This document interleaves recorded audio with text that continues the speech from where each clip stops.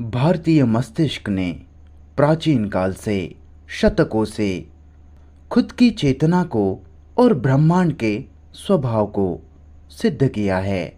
इसके बावजूद आज ऐसे हालात क्यों हो गए कि वह भौतिकवादी बन गया? ऐसा क्यों हुआ कि वह प्राचीन ज्ञान अब नहीं रहा? क्या इस पर हम मिलकर बात करें?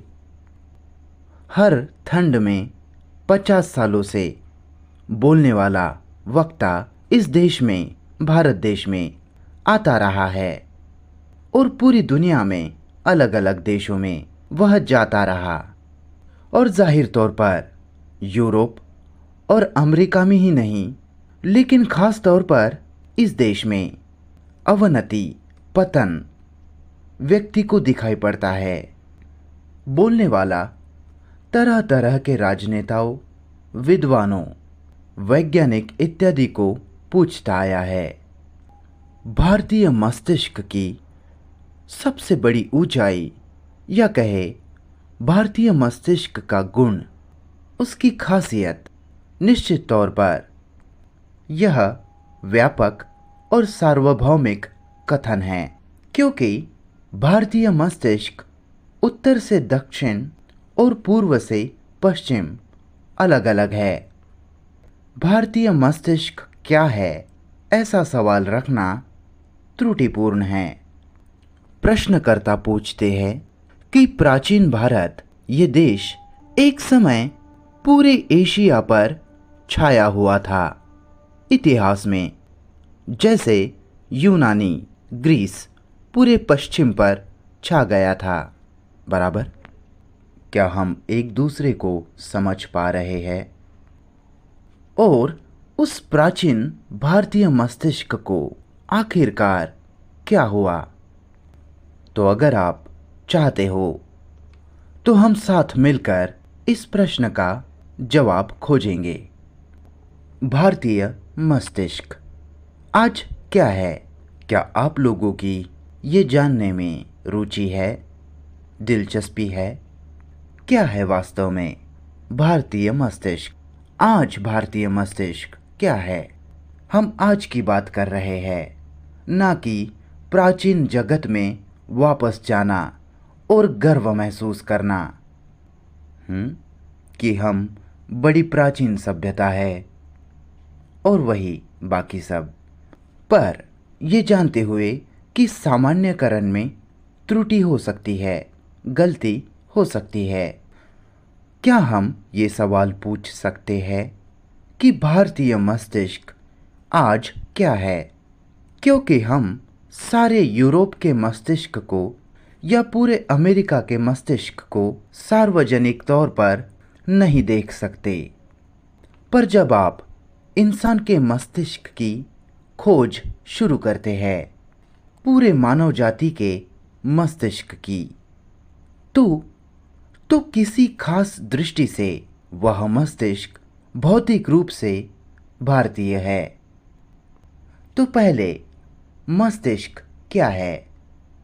मुझे शंका है कि ये सवाल पहले आपने कभी खुद से पूछा हो। वह क्या है जो मस्तिष्क में देखता है? क्या वो भौतिक है, जो तकनीक की, टेक्नोलॉजी की तरफ खींचा जाता है, पश्चिमी जगत का, देशों का अनुसरण करते हुए, तकनीकी जगत में एक बड़ी गति को देखते हुए? कंप्यूटर पूरी दुनिया में छा गए हैं, जो मानवी मस्तिष्क के तुलना में कई गुना तेज है, जिसके पास अनंत मेमोरी है, बराबर। वक्ता ने कैलिफोर्निया में, जहां जापान के होंडा कार बनाने वाले सफ़ेद कपड़ों के साथ, दस्तानों के साथ, और कंप्यूटर जो कि एक रोबोट को आदेश दे रहा है कि एक कार कैसी बनाई जाए, और जो काम इंसान करते थे वह अब कंप्यूटर और रोबोट करते हैं।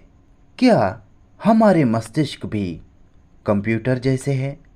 क्या हमारा दिमाग भी कंप्यूटराइज्ड है? क्या आपको मेरा सवाल समझ आया? जो कि है, जैसे कंप्यूटर को प्रोग्राम किया जाता है, वैसे हमें भी प्रोग्राम्ड किया गया है। पर हमारे मस्तिष्क सुस्त और मंद है। हम हमारे दिमाग का एक बहुत छोटा सा हिस्सा ही इस्तेमाल में लाते हैं। मस्तिष्क की जो भयंकर तेजी है वो हमारे पास नहीं। क्या भारतीय मस्तिष्क भौतिकवादी है? जिसका मतलब है जिस मस्तिष्क में मांग है, चाह है, इच्छा है। भौतिकवादी मस्तिष्क का मतलब आप जानते ही है। तो क्या है भारतीय मस्तिष्क? क्या क्या मैं आप लोगों से साफ साफ बात करूं? आप लोगों को कोई तकलीफ तो नहीं होगी? पक्का? आपको बुरा नहीं लगेगा? आप बर्दाश्त कर लेंगे? क्योंकि बोलने वाला जितना हो सके विनम्रता के साथ बोलना चाहता है, आदर सम्मान के साथ। क्योंकि ऐसी चीज़ में खोजबीन करते समय हमें पूरी तरह से निष्पक्ष होना होगा, पूरी तरह अवैयक्तिक होना होगा, अपनी अपनी पहचान को हटाकर देखना होगा। तो क्या है भारतीय मस्तिष्क? जब कोई देखता है तो भारतीय मस्तिष्क अधिनायकवादी बाध्य है, सत्तावादी बाध्य बराबर। वह एक पैटर्न में चलता है, एक श्रेणीबद्ध पदानुक्रमिक गति में, एक सिस्टम में काम करता है। वह अनुसरण करता है, अधिकारों को, अधिकारियों को, प्रभुत्व को स्वीकारता है।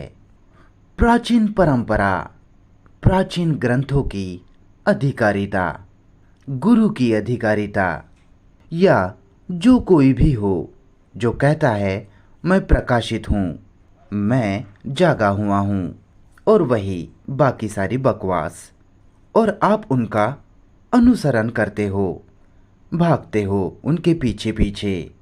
मतलब जहाँ अधिकार है वहाँ डर है, भय है। क्या कभी आपने देखा जब कोई बड़ा नेता आपके सामने आता है तो आप कैसे हड़बड़ा जाते हो? उसके सामने जैसे चूहा बन जाते हो, जो कि असल में झूठा सम्मान है। ये एक भारतीय मस्तिष्क की कंडीशनिंग है, संस्कारबद्धता है। अधिकारिता स्वीकारना, काल्पनिक कहानियों का स्वीकार, डर, और इसलिए अव्यवस्था, अक्रम बराबर नहीं। सड़कों पर अव्यवस्था, खुद के जीवन में उथल पुथल, समाज में उथल पुथल, पूरा अक्रम, और हम में से हर कोई अपना खुद का ही देखे जा रहा है, अपने अपने लिए काम कर रहा है, खुद के लिए भागे जा रहा है। ऐसा नहीं कि ये यूरोप में या अमेरिका में या रूस में नहीं होता, लेकिन इस देश में ये कई गुना ज़्यादा है। भारत देश में लापरवाही की चरम सीमा है, बिल्कुल भी परवाह नहीं है। अनादर, सोच विचार की समझ की कमी। क्या इन सब बातों का आप स्वीकार करते हो? और भारतीय मस्तिष्क सब कुछ अवशोषित करने में सक्षम है। हाँ, वो सक्षम है। हर तरह की फिलॉसफी, दर्शन शास्त्र, चाहे कितना ही जटिल या अंतर्विरोधी हो, भारतीय मस्तिष्क हर चीज को अवशोषित कर सकता है। भारतीय दिमाग बहुत ही सहिष्णु है, सहनशील है। वो सब कुछ स्वीकार लेता है, बराबर। अंतर्विरोधी फिलोसॉफीज को, हर तरह के दर्शन शास्त्र को, परस्पर विरोधी गुरुओं को, अंतर्विरोधी अवधारणाओं को, सिद्धांतों को। तो जब आपका मस्तिष्क इतने भयंकर रूप से अवशोषित करने में, आत्मसात करने में सक्षम होता है। तो दरअसल वो लापरवाह, आलसी हो जाता है। माफ़ करना सर, आप मेरा चेहरा नहीं देख सकते, पर मेरी आवाज़ सुन सकते हैं। अगर कोई दिक्कत है तो आप यहाँ आगे आ जाइए। आइए सर, यहाँ आगे बहुत जगह है, यहाँ आगे आके बैठिए। बैठकर आनंद लीजिए सर, आइए। कोने में छिपिए मत, देखिए, आइए यहाँ। मुझे आशा है कि आप लोगों को अंग्रेजी समझ आती है। तो जब मस्तिष्क ऐसी आत्मसात करने की क्षमता रखता है तो वह गंदगी, अव्यवस्थता, अक्रम का भी स्वीकार करता है। वह सहता है। सौंदर्य की कमी उसे खलती नहीं। बराबर। शायद अब तक आपने वृक्ष भी नहीं देखा, शायद आपने खुला आसमां नहीं देखा, रात के सितारे नहीं देखे। तो ऐसा मस्तिष्क उदासीन और लापरवाह मस्तिष्क है। वो जीवंत, सक्रिय मस्तिष्क नहीं, वह देखने वाला मस्तिष्क नहीं, क्योंकि वह परंपराओं से जकड़ा है और बहुत सैद्धांतिक है। वो मस्तिष्क विश्लेषण करने में, छानबीन करने में बहुत चतुर है, तेज दस्त है। इसी कारण से भारतीय लोग यूरोप और अमेरिका में बहुत उत्कृष्ट काम कर रहे हैं। वो विश्लेषण करने में बहुत माहिर, बहुत ही माहिर है। जटिल से जटिल विश्लेषण भारतीय मस्तिष्क पश्चिम के लोगों के मुकाबले कई गुना तेजी से कर सकता है। वो इसमें पश्चिम के लोगों के तुलना में बहुत आगे है। भारतीय मस्तिष्क पश्चिमी लोगों के मस्तिष्क से सूक्ष्म है, पर वो सब सैद्धांतिक है।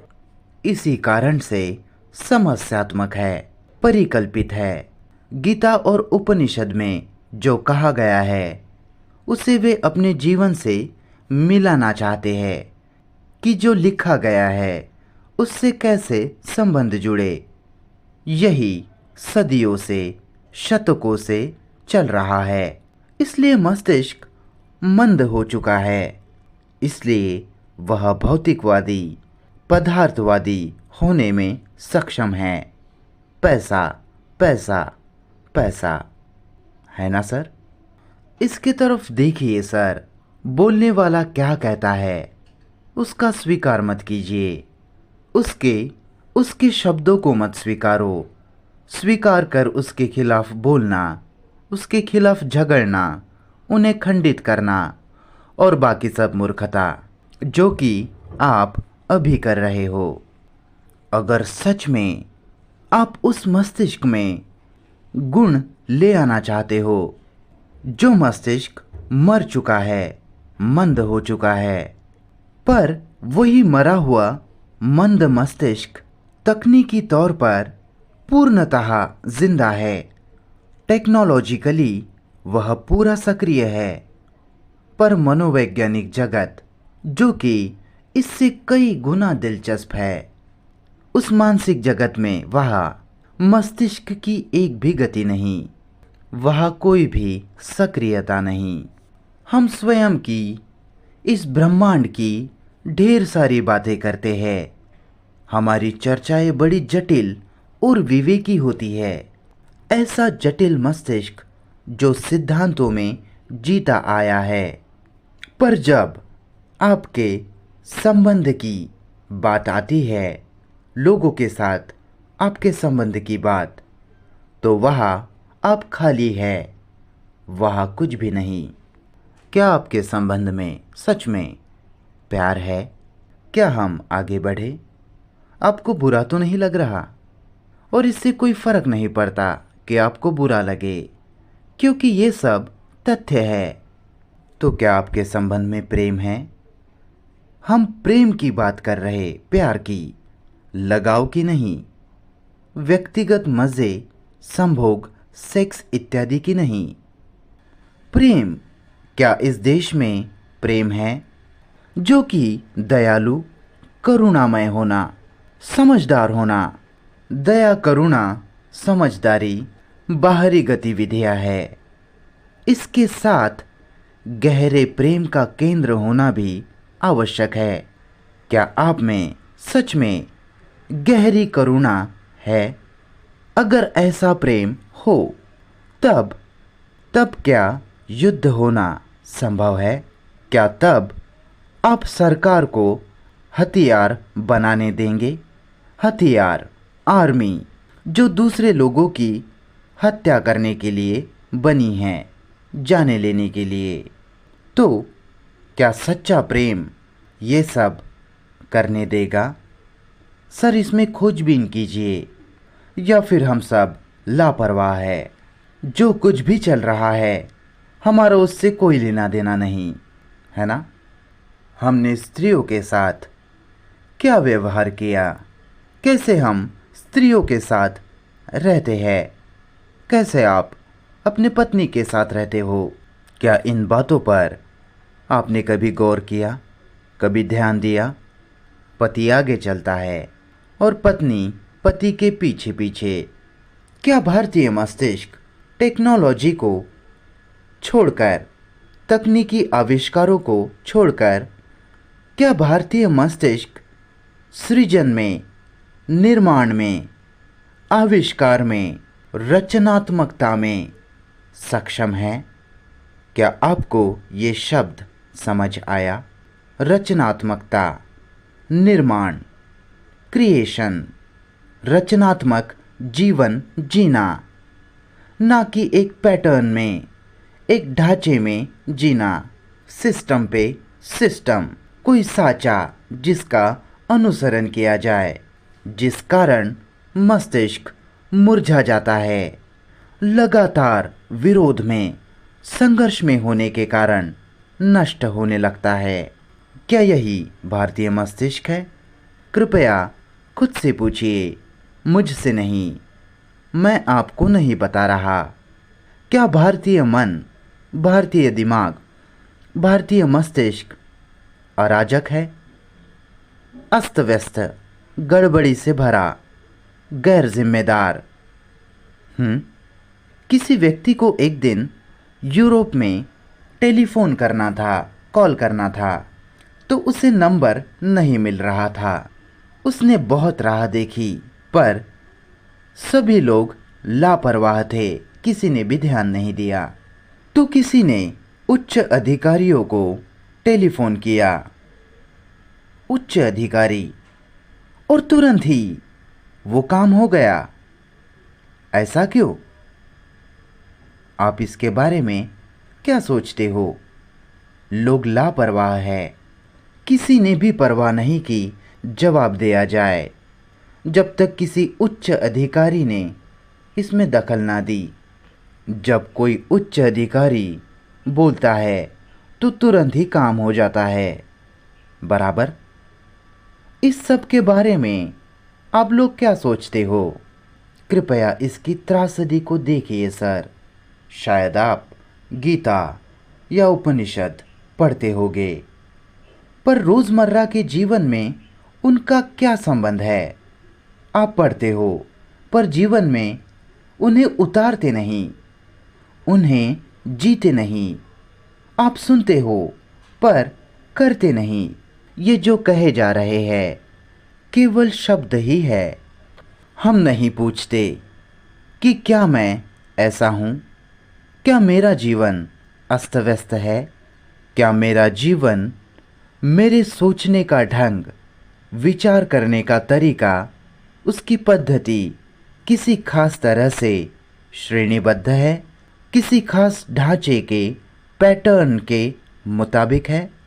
देखिए, कानून की ज़रूरत, कानूनी अधिकारों की ज़रूरत है। स्वाभाविक रूप से पुलिस का होना ज़रूरी है, पर वह भी बहुत भ्रष्टाचार है, आप जानते ही हो। तो भारतीय मस्तिष्क क्या है, या फ्रेंच मस्तिष्क, या ब्रिटिश मस्तिष्क? अगर आप लंबे समय तक पश्चिमी देश में रहते हो तो आपको पता लगने लगता है। मैं यहाँ फ्रेंच मस्तिष्क की या कहे इंग्लिश लोगों के मस्तिष्क की चर्चा नहीं करूँगा, क्योंकि आपके लिए ये बचने का, भागने का बड़ा आसान तरीका है। तो हम क्या करें? इतनी प्राचीन सभ्यता, 5000 साल पुरानी प्राचीन सभ्यता, संस्कृति रातों रात जैसे उखाड़ के फेंक दी गई, रातों रात गायब हो गई। ब्राह्मण संस्कृति, ब्राह्मण शब्दों को सुनकर नाराज मत होइए। शायद आप ब्राह्मण विरोधी हो या समर्थन में हो, संस्कृति के समर्थक या जो कुछ भी हो। चाहे वो संस्कृति अच्छी थी या बुरी, 3000 5000 सालों से उस संस्कृति ने भारतीय मस्तिष्क पर अच्छी खासी छाप छोड़ी है, शास्त्रों, परंपराओं ने। और रातों रात वो सब गायब हो गया। ऐसा क्यों हुआ? क्या आपको ये सब समझ आ रहा है? क्या आप लोगों की रुचि है इसमें? ये वाकई में बड़ा गंभीर सवाल है जिसे खुद से पूछा जाना चाहिए। हजारों साल रहने वाली संस्कृति क्यों लुप्त हो गई? जिस संस्कृति की बड़ी मजबूत छाप आज भी लोगों के मस्तिष्क पर है, जिस संस्कृति का बहुत भारी प्रभाव भारतीय दिमाग पर पड़ा है, क्यों ब्राह्मण विरोधी या ब्राह्मण समर्थक है? क्यों सब तबाह हो गया? अब इस देश में शराब, सिगरेट पीना, मांस मदिरा का सेवन करना फैशन बन चुका है। बराबर सर? मैं ना तो ब्राह्मण समर्थक हूँ, ना ही ब्राह्मण विरोधी, पर मैं जो कह रहा हूँ ये सारी बातें तथ्यों पर आधारित है। चाहे वो संस्कृति सही थी या गलत थी, अच्छी थी या बुरी थी, पर वो गायब क्यों हुई? क्या वो संस्कृति केवल सतही थी, ऊपर ऊपर से थी? जैसे कोई जैकेट हम पहनते हैं और फिर बदल देते हैं, उतार कर फेंक देते हैं। परंपरा जो मरी है, मृत है, क्या वही भारतीय मस्तिष्क है? और अगर है तो आप क्या करेंगे? ऐसे ही जीते जाएंगे, लापरवाह, सुस्त? क्या आपने कभी देखा, जब भी आप किसी मीटिंग के लिए जाते हो तो वहाँ आपको बताने के लिए कोई ना कोई होता ही है जो आपको बताता है कि आपको क्या करना है। कोई राजनेता या कोई गुरु, दार्शनिक जो गीता का भाषांतर करते हैं, उस पर व्याख्या करते हैं। हमारे पास करने को कुछ नहीं तो हम गीता पर ही टीका करते हैं। उस टीका पर आप जीवन जीते हो। क्या आप सो गए? सोइए मत, इसे देखिए। क्या करोगे आप? इस सवाल का जवाब देना महत्वपूर्ण है, आवश्यक है। ये संकट है, दुर्घटना। ना ये न्यूक्लियर है, ना ही युद्ध। ये हमारी दुर्घटना, त्रासदी है। व्यक्ति को खुद के बारे में जागरूक होना होगा, आंखें खोलकर सब कुछ देखना होगा, क्योंकि हम ही मानव जाति का इतिहास है। मनुष्य जाति की कहानी हम खुद है। और अगर हमें नहीं पता कि इस जीवन की किताब को कैसे पढ़ा जाता है, बिना किसी टीका के पूर्ण स्पष्टता होना, अगर हम इसे नहीं पढ़ते हैं तो हम खुद को ही तबाह कर देंगे। आपके पास बोलने वाले ने जो कुछ भी अब तक कहा, उसके खिलाफ बड़े चतुर तर्क हो गए, जिस कारण कुछ भी करने से, बदलाव लाने से आप खुद को रोक ले सकते हो। उसी चतुराई को मैं सुस्त मस्तिष्क कहता हूँ। दिमाग जो विश्लेषणात्मक है, चतुर है, चालाक है, बहुत सूक्ष्म है और उसके विश्लेषण में वह सतही तौर पर सैद्धांतिक स्तर पर ही रहता है, जिसका हमारे रोज़ के जीवन में कुछ भी संबंध नहीं। मुझे आशा है कि आप इसकी त्रासदी को देखते हो। तो क्या यह संभव है कि हम मूल जड़ से ही बदल जाए, वहाँ केंद्र में ही मूल परिवर्तन हो, क्रांति हो, हमारी कंडीशनिंग को, संस्कारबद्धता को तोड़ते हुए और पूरी तरह आज़ाद इंसान हो जाए? देखिए सर, ये डांट डपट का, फटकार का भाव नहीं। मैं आपका कोई गुरु नहीं हूँ या कोई बड़ा, कोई उच्च या छोटे का सवाल नहीं। मैं दार्शनिक नहीं हूँ। हम में से हर कोई शिक्षक है और शिष्य भी है, दोनों हैं। शिक्षक सिखाता है और शिष्य सीखता है। जीवन से सीखना, ना कि किताबों से। किताबें लिखना कभी ख़त्म नहीं होगा, चलता ही जाएगा।